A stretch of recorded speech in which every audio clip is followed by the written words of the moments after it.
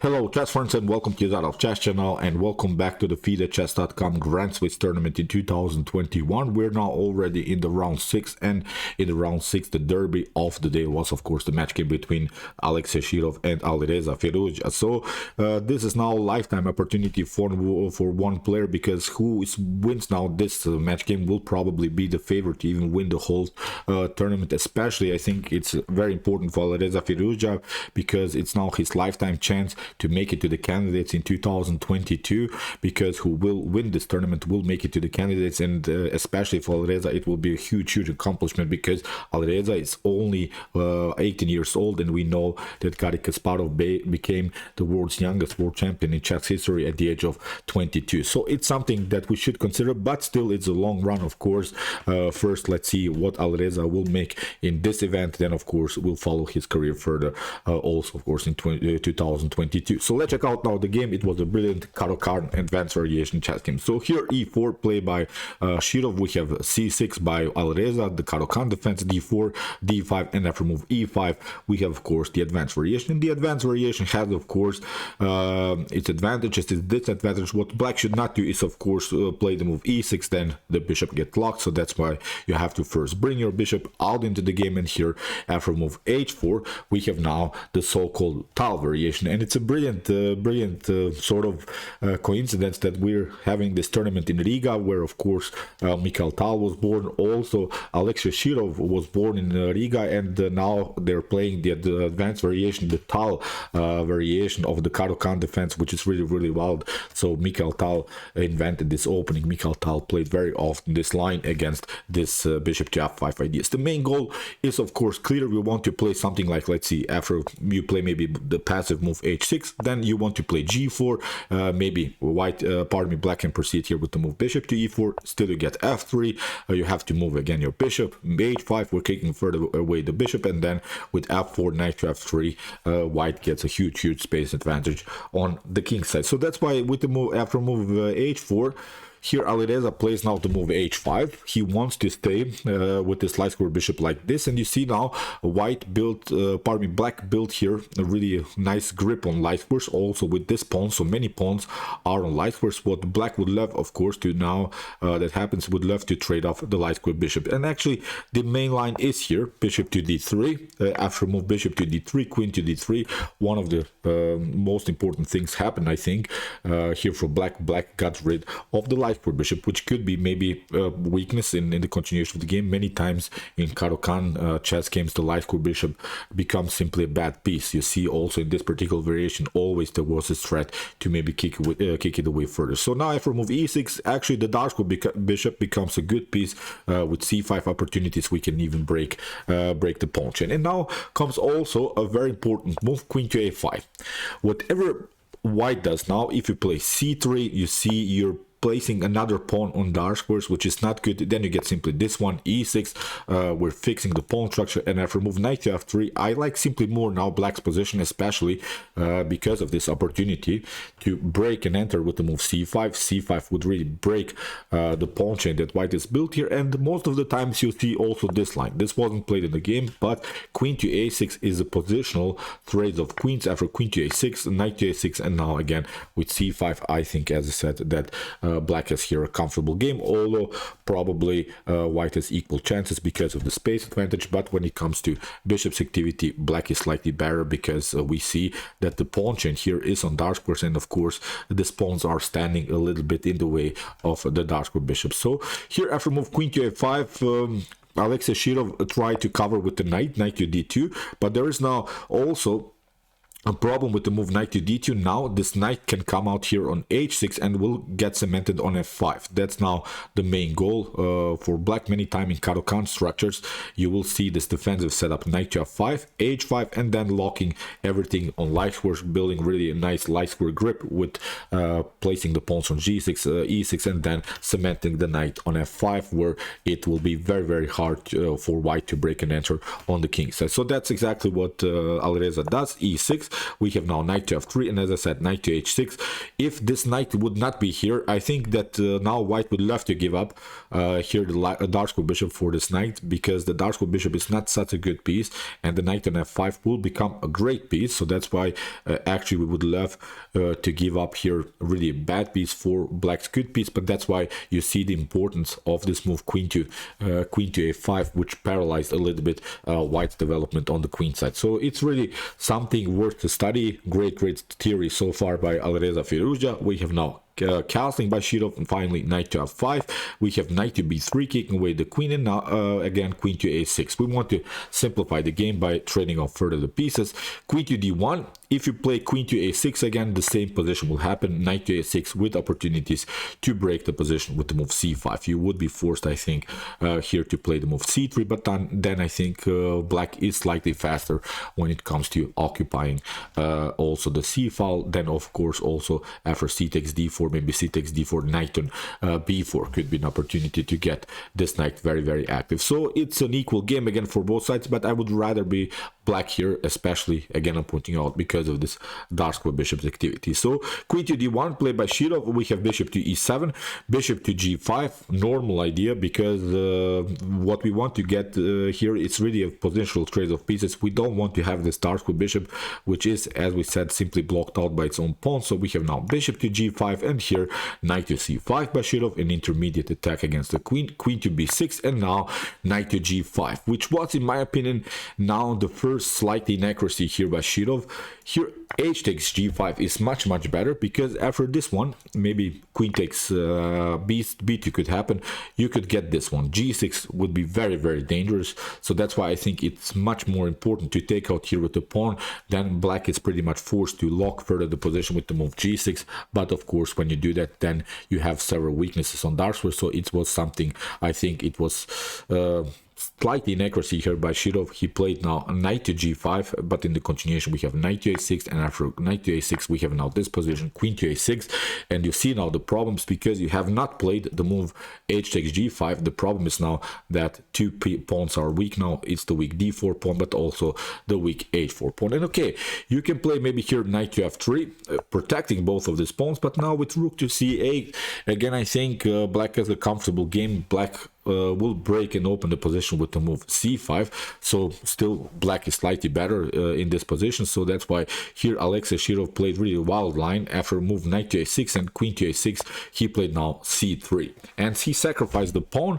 But what he's hoping for is here that the position gets dynamic, that here we can notice that black's king stayed a little bit too long now in the center of the board. After move knight to h4, we have g3, kicking away the queen, and after move knight to f5 we have king to g2, and we want to play now rook to h1 and finally get some kind of attack on the eh file. It was maybe something that Shirov calculated. When it comes to computer evaluations, this is not the best of lines. Shirov should have played the move knight to f3 and protect this pawn on h4, but maybe this was part of his plan. Maybe he wanted this game to be more dynamic. Alireza Firouzja accepted now the challenge, and we have now simply this position. As I said, here black is slightly better because of this extra pawn, but still has problems, of course, where to castle. You have to secure the king, and even if you castle queenside here, the pawn structure is already a little bit weakened on the queenside with the move c6. So maybe that was Shirov's plan. He's waiting now Alireza to castle, and then he's trying maybe here b4 b5 attacks in order to open the position on the queenside. I'm not sure if everything was pretty much part of Alexei Shirov's plan, but as I said, he created here really a dynamic game. So after move king to g2, we have queen to b6, we have b4. So you see, although Alireza Firouzja has not castled on the queen side, Shirov is already attacking the queen side, because castling on the king side would be of course a suicide, because you get simply queen to h5, and then you have problems how to protect here the position. How are you going to protect your checkmate threats here? So that's why with the move b4, Alexei Shirov, as I said, is simply attacking already the queen side without Firouzja castling on the queen side. So here queen to d8, we have queen to d2, queen to e7, we have now rook to b1, and now rook to h6 here by Alireza. He wants to further attack now the knight here on g5 with the move rook to g6. Rook to h1, we have now queenside castling finally by Alireza, and you see now b5 here by Shirov immediately. He attacks the position, although maybe you have to prepare this move like this, a4. At least my engine at home says that this should be probably the better variation. Then maybe to try a5 and then a6 in order to split somehow the position on the queen side. But here after move b5, Alireza Firouzja was not scared, played simply c takes b5. Okay, rook to b5. But the problem, I think, in white's attack is that you can only attack with some batteries this position. You have to play rook to b1, queen to b2, and still everything is glued together, everything is protected. The problem is, I think the knight is simply too far away from the action, and I'm not seeing even good ways how you're going to include your knight into the attack. So that's why it seems so that something wild is going on here on the queen side, but actually it's, I think, very easy now for black to defend this position. The engine gives here already a +2 evaluation for black, which is really wild. Only Shirov lost 1 pawn, but the problem is, I think, that black is simply faster on the attack here on the king side. So that's exactly what happened here. h4 immediately, but Alireza is not losing any tempo here. He attacks immediately the king side. We have now g4 and now h3, a great counter attack here. You could have also played rook to g6, which is also suggested line, for instance, by the engine, because here if you play f4, we can play knight to g3, first attack the rook. You can play maybe here rook to h4, then you get this one. Knight to e4 is a brilliant move because you cannot take, you get simply this idea, you get simply queen takes h4. So that's why you would be forced to play something like queen to e2, but here after knight takes g5, f takes g5, and then rook to g5 or queen to g5, I think black has really a brilliant game here. So that was maybe now Alireza's opportunity to strike back here on the king side, but he played h3, which is not a bad move. It's maybe slightly more inaccurate, but still, of course, an aggressive move, and it forces now here Shirov to react, because here maybe rook takes h3 leads now into this line. This wasn't played in the game, but this is the line that Shirov maybe should have played. Here rook takes h3, knight to h3, and now knight to h4, and then king to f1. Then that's the position which Alireza probably calculated, but here Shirov played, instead of this move rook to h3, he played king to f1. And now here rook to g6. Now we have a similar position, a counter attack by Alireza. We have here g takes f5, rook to g5. We have f takes e6, and here also f takes e6.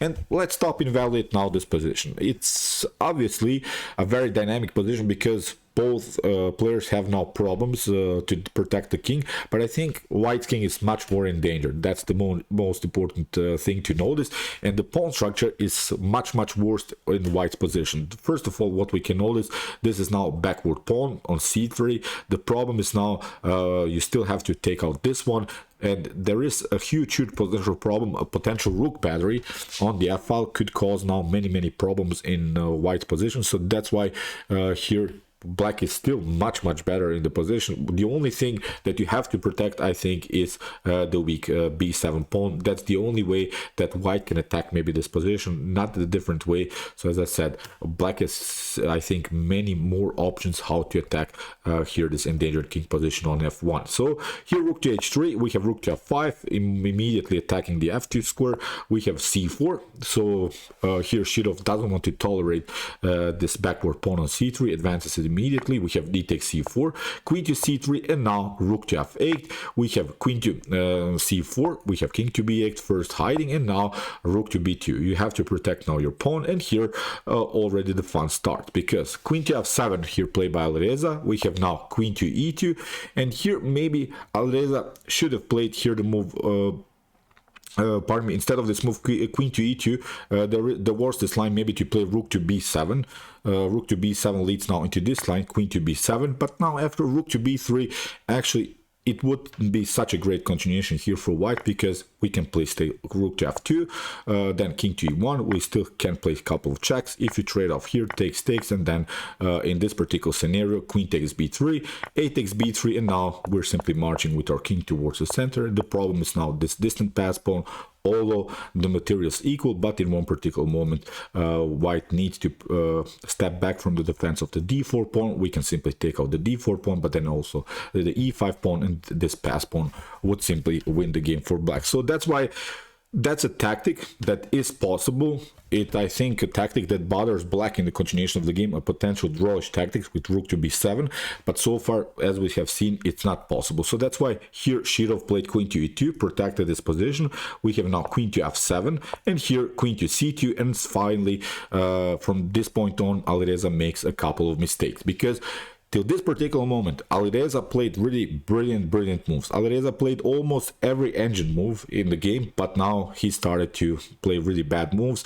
Here in this particular position, I think Alireza had only 4 minutes on the clock, and I think one of the main things that bothers me sometimes in the games by Alireza Firouzja, I'm really a big Alireza Firouzja fan, but sometimes when I watch his games, he spends like 30 minutes on an obvious move. I'm not sure why he's doing that.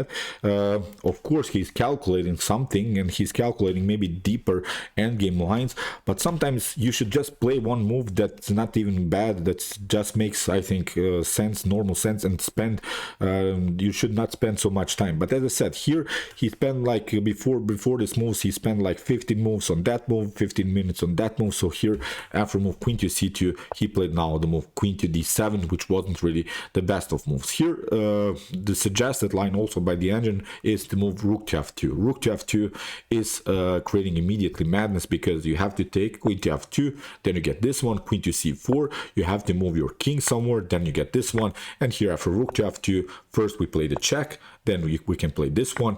Then finally, you take queen to d4. Okay, you can maybe get this check, but here after this one, maybe this is an opportunity, rook to h7, and now with queen to e5, you can protect your pawn on g7. That's the most important thing. And here, the engine gives here again +2 evaluation for black, and this should be probably a winning position here for black. Still, you can create, of course, here a pass pawn, but I think you can really hide, secure the king here, and simply push the pawn on the e file. That's the suggested line, but after move queen to d7, Alexei Shirov builds now again this battery on the b file. As I said, the only way the only thing that makes here black's position vulnerable is maybe here the b7 weakness. So in the continuation of the game, Alireza plays now again a huge inaccuracy. He played simply here the move b6, because again rook to f2, queen to f2, and then rook to f2 leads into similar lines. Again, I think black would be much better, but here after move b6, here Alexei Shirov found really a great drawish line, although that's the only move that you can play in this position. Maybe you can pause the video and try to see now the best continuation here for white in order to make a draw, because as we said, there is a huge threat with rook to f2, so there is only one move, not a different move. So okay, here Shirov played the brilliant move queen to c5. In the continuation, queen to b7 was played by Alireza, and now finally rook takes b6, we have a takes b6, rook takes b6, and okay, here you can play a couple more checks, but after move king to e1, both players agree to a draw. What's the obvious problem? Rook to f1 leads into these lines. You can play only this one, but you can only play some perpetuals. Never white goes here towards the queen side and threatens maybe something. If you go, of course, in the game like this, then you could risk this one. You should not, of course, go towards the queen side, then the game is over simply for white. So what white needs to do is simply stay with the king here very active, play simply king to e1, king to e2, king to e3, king to e2, king to e1, and the game is, of course, a draw. So unfortunately for Alireza, he missed this game, which was a huge opportunity to be now in the lead alone on the scoreboard. If it's someone to blame, I think it's Alireza to blame, because Shirov maybe didn't play his best opening line, got outplayed in the opening, and that's something I think that Alireza had to convert into a win.